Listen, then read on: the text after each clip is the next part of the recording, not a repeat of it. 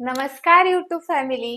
मी तेजू आणि माझ्या gossips with Teju या युट्यूब चॅनेलवर तुमच्या सर्वांचे अगदी मनापासून स्वागत करते.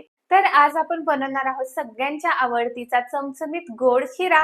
शिरा बनवण्यासाठी मी घेतलेला आहे 1 कप जाड रवा, 4 टेबलस्पून तूप, 1 कप दूध आणि 1 कप पाणी मिक्स करून घेतलेला आहे. दुधाचा उपयोग शिरा मऊ होण्यासाठी होतो.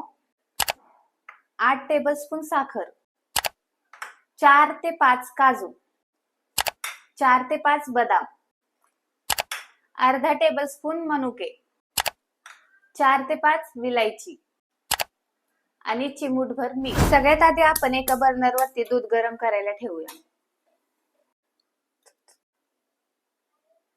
त्यानंतर आपण दुसऱ्या बर्नरवर कढई गरम करायला ठेवूया. कढई गरम झाली की त्यामध्ये आपण तूप टाकूया.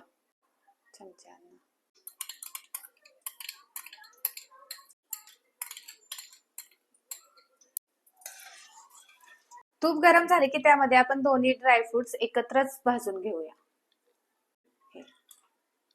थोडासा गुलाबी रंग येईपर्यंत ड्रायफ्रुट्स भाजून घ्यायचे. काजू बदाम भाजून काढून घेतल्यानंतर त्याच तुपामध्ये आपण रवा भाजून घेऊया.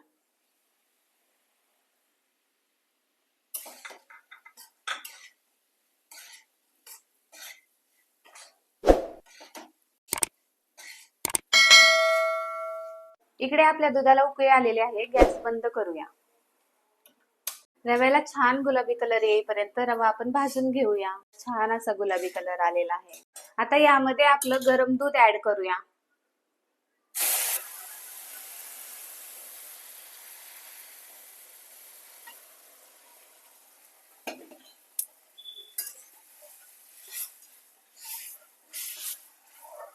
दूध ऍड केल्यानंतर आपण त्यामध्ये लगेच साखर पण ऍड करूया, म्हणजे साखर विरघळेल व्यवस्थित. साखर ऍड केल्यानंतर व्यवस्थित मिक्स करून घेऊया. यामध्ये आपण भाजून घेतलेले ड्रायफ्रुट्स ऍड करूया.